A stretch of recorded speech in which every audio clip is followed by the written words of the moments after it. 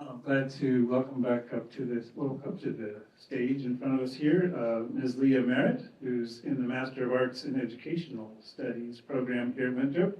And she's going to talk to us tonight about psychological demand avoidance. Throughout life, we've all come across the term behaviors. They can range from basic to challenging, and it depends on situation to situation. But there's also this term that we know called demand, and all throughout life we come to where some demands are easier and some demands we just don't want to do. So within the past couple of years, there's been a rise in autism cases, and the challenges of these students, it becomes very taxing and a lot on the parents, the teachers. And so what I decided to study, I decided to go more in and figure out, okay, teaching is definitely a needed career. Why are these teachers growing? Why is it's needed? I mean, there's always going to be kids. And it shouldn't be this difficult. So I then researched more about autism and why it was challenging. Well, there was this new term called PDA, and it stands for Pathological Demand Avoidance, or Violence. And, I should say avoidance, my bad.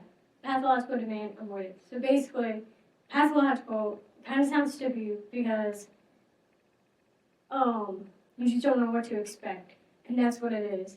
In the classroom, these kids, they come in with many emotions, and sometimes it can be easy to read, and sometimes it can be difficult to read. But the things that I encountered through practice, but then also through reading, the one that anyone can apply this is, you have to pick the battles. You have to know, is this worth fighting? Is this worth giving in? What am I winning? What is this child going to learn if it's worth facing? But then also, too, none of it's going to happen without building a relationship with the students. You have to start building relationships from the first day. That's going to carry more than anything for the student. And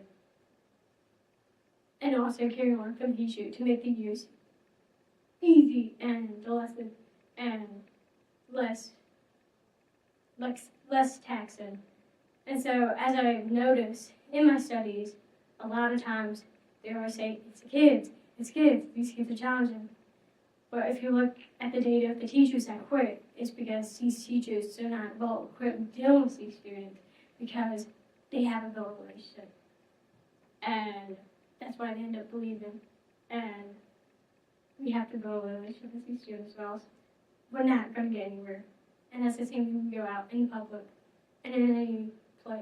You have to build a relationship with the person you're working with because you're not going to get any place successful if the relationship is not made.